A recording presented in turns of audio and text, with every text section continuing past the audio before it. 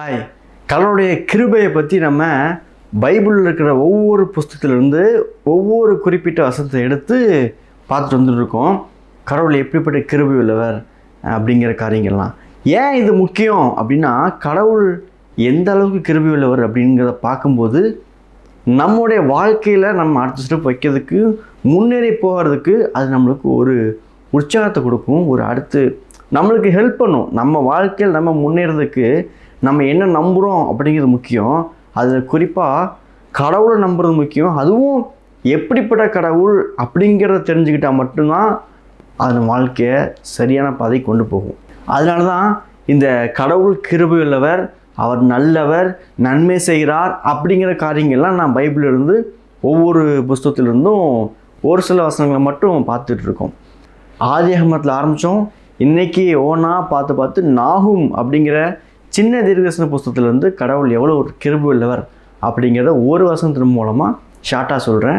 நாகும் 1ஆம் அதிகாரம் 7ஆம் வசனம் இப்படி இருக்குது. கர்த்தர் நல்லவர், இக்கட்டு நாளில் அரணான கோட்டை, தம்மை நம்புகிறவர்களை அறிந்திருக்கிறார். நான் ஆரம்பம் சொல்லிட்டுருக்கேன், கடவுள் எந்த அளவுக்கு கிருபை உள்ளவர் அப்படின்னா, நம்ம நினச்சி பார்க்க முடியாத அளவுக்கு கிருபை உள்ளவராக இருக்கார். உதாரணத்துக்கு அவர் ஒவ்வொரு மனுஷனையும் பர்டிகுலராக தெரிஞ்சு வச்சுருக்காரு. இந்த பூமியில் கிட்டத்தட்ட 800 கோடி மக்கள் இருக்கிறதா சில சொல்கிறாங்க. அதில் எல்லாரையுமே கடவுள் தெரியுமான்னு கேட்டால் தெரியும். ஒவ்வொருத்தரையும் பர்டிகுலராக பேர் முதற்கொண்டு தெரியும். ஏன் தெரியுமா? அவர் கிருபை உள்ளவர், அவர் நல்லவர், அவர் தான் மனுஷனை ஒவ்வொருத்தரையும் படைச்சார், உருவாக்கினார். இந்த புத்தகத்தை நீங்கள் வாசிக்க ஆரம்பிச்சிங்கன்னா முதல்ல கடவுளுடைய நியாயத்தை பற்றி பேசிகிட்டு இருக்கும். எப்படி கடவுள் நியாயம் திருப்பார், எவ்வளோ நீதியாக இருக்கார் அப்படிங்கிறது. அதுவே எப்படின்னா அவர் நல்லவங்கிறத காட்டுது. நம்ம சில பேர் நினைப்போம், எவனா ஒருத்தன் அநியாயம் பண்ணுறான் ஊரில் அப்படின்னா இவனுக்கெல்லாம் தண்டனையே வராதா, கடவுள் இவனெலாம் பார்க்க மாட்டாரா, எந்த அநியாயம் பண்ணுறானே இவன் மட்டும் நல்லா இருக்கானே அப்படி சொல்லுவோம். அவனுக்கு ஏதாவது கெடுதல் நடக்காதா, ஏன்னா அவன் பண்ணுற பாவம் அட்டுலையும் அப்படி இருக்குது, ஆனால் அவனுக்கு எதுவுமே நடக்க மாட்டேங்கே, நல்லவங்க மட்டும் தான் கெடுதல் நடக்குது அப்படின்னு நம்ம பேசியிருப்போம். நான் சொல்கிறேன், கடவுள் நல்லவர், அவர் பார்த்துட்டே இருக்கார், நீதி செய்வார்.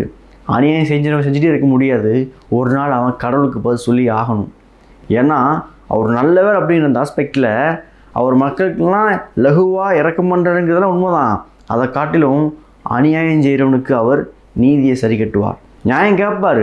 தப்பு பண்ணால் அதுக்கு தண்டனை உண்டு. உப்பு தின்னா தண்ணி குடிச்சு தான் ஆகணும். அதை மாதிரி ஒருத்தர் அநியாயம் பண்ணுறான், அராஜகம் பண்ணுறான், இந்த பூமியில் மற்றவங்களை ஏமாத்துறான், அடிக்கிறான் அப்படின்னா நீதி கேட்கறதுக்கு, நியாயம் கேட்கறதுக்கு கடவுள்னு ஒருத்தர் இருக்கார். அவர் நல்லவர்.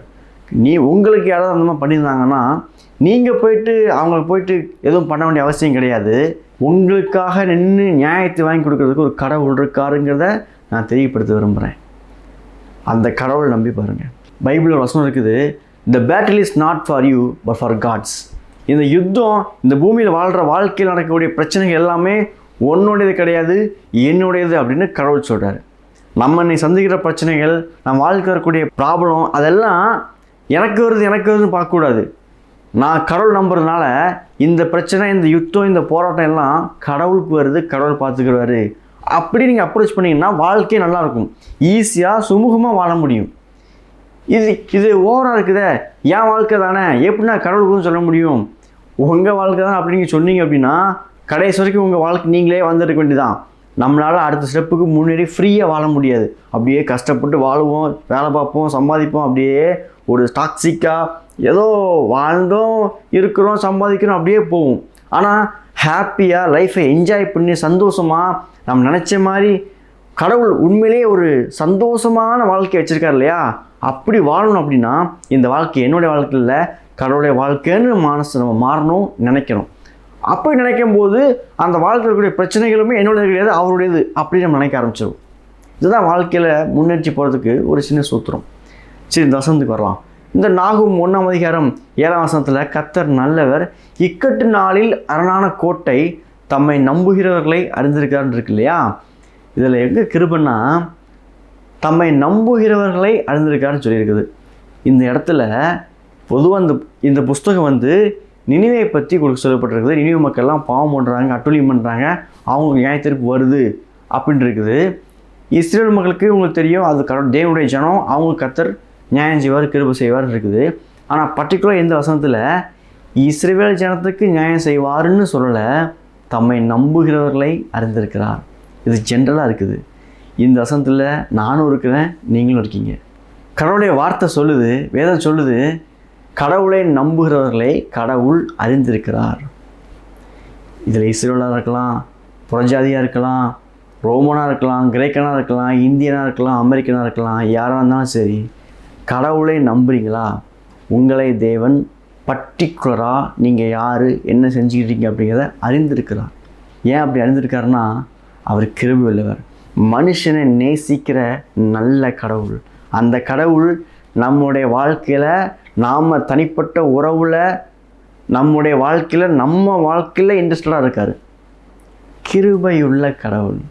அந்த கடவுள் மேலே நம்முடைய பாரத்தையும் நம்முடைய எண்ணத்தையெல்லாம் அவர் மேலே வைக்கும்போது நம்ம இந்த வாழ்க்கையை ஹாப்பியாக வாழ முடியும்.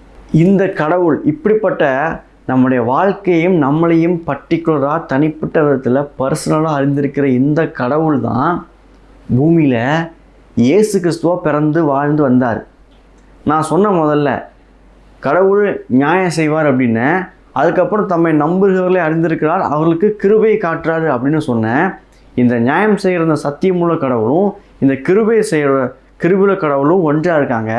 இந்த நியாயத்தையும் கிருபையையும் வெளிப்படுத்த வந்தவர் தான் இயேசு கிறிஸ்து. அதுதான் பூமியில் அவர் வாழ்ந்திருக்கும் போது அவர் கூடவே பழகின யோவான் ஒருத்தர் சொல்கிறாரு. யோவான் புஸ்தகம் 1:14 கிருபையும் சத்தியம் நிறைந்தவராய் நமக்குள்ளே வாசம் பண்ணினார். அதாவது இயேசு குறித்து சொல்கிறார். இயேசு நியாயமும் செய்கிற சத்தியமும் செய்கிற அந்த தேவனாகவும் கிருபையும் செய்கிற தேவனாகவும் ஒன்றும் இணைந்தவராய் நமக்குள்ளே எங்கள் கூட வாழ்ந்தார். நாங்கள் அவரை கண்ணார கண்டோம். அது யார் மாதிரி இருந்துச்சுன்னா, ஒரே பேரான குமாரனுடைய மகிமைக்கு ஒத்த மகிமையாக இருந்துச்சு, கடவுளுடைய மகிமைக்கு ஒத்த மகிமையாக இருந்துச்சு அப்படின்னு அவரை கூட வாழ்ந்த பக்தனாகிய யோவான் சொல்கிறார். அந்த இயேசு இந்த பூமியில் நன்மையை செய்கிறவராய் சுற்றித் திரிந்தார்னு வசனம் இருக்குது. நீங்கள் நல்லா யோசிச்சு பாருங்களேன். நான் சொன்ன முதல்ல கடவுள் நல்லவர், பர்டிகுலர் அறிந்திருக்காரு, அவர் நம்மளுக்கு நன்மை செய்வார். அந்த கடவுள் தான் பூமியில் நன்மை செஞ்சிட்ருக்காரு. இன்றைக்கி இந்த வீடியோ மூலமாக உங்கள் கூடயும் பேசிகிட்டு இருக்காரு. ஏன் தெரியுமா? வாழ்க்கையில் உங்களுக்கு நன்மையை செய்யறதுக்கு. நாம் எதுவும் கஷ்டப்பட்டு கவலைப்பட்டு தான் இருக்கணுங்கிறது கடவுளுடைய விருப்பம் அல்ல. நம்ம வாழ்க்கையில் கஷ்டம் கவலை இருக்குது, ஒத்துக்கிறேன். இந்த பூமியில் அப்படிப்பட்ட சூழ்நிலை இருக்குது. ஆனால் அப்படி தான் வாழணும்னு கடவுள் வைக்கலை. மேற்கொண்டு சந்தோஷமாக வாழ முடியும். அவரை நம்புகிறவர்களே அவர் அறிந்திருக்காரு. அவங்க வாழ்க்கைக்கு தேவையான எல்லாவற்றையும் கொடுக்கறதுக்கு ஆயத்தமாக இருக்கார். இந்த பேட்டில், இந்த யுத்தம் கர்த்தருடையது, நம்முடையது கிடையாது அப்படிங்கிற மைண்ட் செட்டோட வாழும்போது கடவுள் நம்ம வாழ்க்கையில் கிரியை செய்ய ஆரம்பிப்பார்.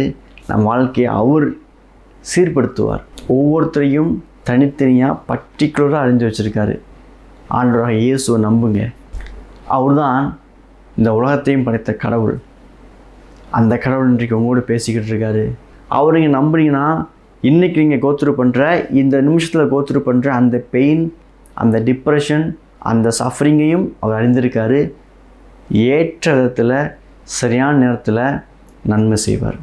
எப்படி சொல்கிறீங்கப்பா நீங்கள் வாட்ட சொல்லிட்டு போயிருங்க, அதை எப்படி செய்வார் நம்புகிறேன். எனக்கு பண்ணியிருக்காரு. நான் உங்கள்கிட்ட பேசியிருக்கேன் இல்லையா, கடவுள் எனக்கு நன்மை செஞ்சுருக்காரு. எந்த உதவி இல்லாமல் இருக்கும்போது கடவுள் என்னை தூக்கி எடுத்தார். இன்றைக்கி உங்கள் முன்னாடி இன்னும் பேச வச்சுருக்காரு. எனக்கு பண்ண கடவுள் உங்களுக்கும் பண்ணுவார். இது மாதிரி 1000 சாட்சிகள் இருக்குது. வாழ்க்கையில் ஒன்றுமே இல்லாமல் கீழே போனவங்களெலாம் தூக்கி எடுத்து மேலே நிறுத்தி வச்சு நான் கடவுள் அப்படிங்கிறத அநேகர் மூலமாக காமிச்சிட்ருக்காரு. நம்பி தான் பாருங்கள், ஒரு ட்ரை பண்ணி பாருங்கள். வாழ்க்கை எதுவுமே நம்பிக்கை இல்லாமல் என்ன பண்ண தெரியாமல் டிப்ரெஷனாக இருக்கும்போது வழியே இல்லைன்னு இருக்கு இல்லையா? இப்போ அட்லீஸ்ட் இதை ட்ரை பண்ணி பாருங்கள். ஒர்க் அவுட் ஆகலைன்னா விட்டுருங்க, பரவாயில்ல. ஆனால் ஒருவேளை ஒர்க் அவுட் ஆகிடுச்சுன்னா லைஃப் நல்லா இருக்குமே. கண்டிப்பாக ஒர்க் அவுட் ஆகும். ஏன்னா இயேசு தான் உண்மையான கடவுள். இத்தனை ஆண்டு காலமாக அவரை வணங்குகிற ஜனங்கள் 1,00,000 கோடி பேர் இருக்கிறாங்க. அவங்க எல்லாருக்கும் நன்மை செஞ்ச கடவுள் உங்களுக்கு நன்மை செய்கிறார். ஒருவேளை நான் இயேசுவை இன்னும் முழுமையாக நம்பிக்கிட்டு இருக்கேன் அப்படின்னு நீங்கள் சொன்னீங்கன்னா, இந்த கடவுள் எனக்கு நியாயம் செய்வார், எனக்கு கிருபை செய்வாருங்கிறத நம்புங்க. நல்ல கடவுளுங்கிற அந்த அறிவை பெற்றுக்கொள்ளுங்க. அந்த அறிவு உங்களை சந்தோஷம் வாழ்க்கையை நடத்தி செல்லும். மறக்காதீங்க, நாகம் 1:7 கர்த்தர் நல்லவர். உங்களுடைய இக்கட் நாளில் அவர் தான் நமக்கு ஷெல்டர், புகலிடம், நம்மளை பாதுகாக்கிற அரண். God bless you. பாய்.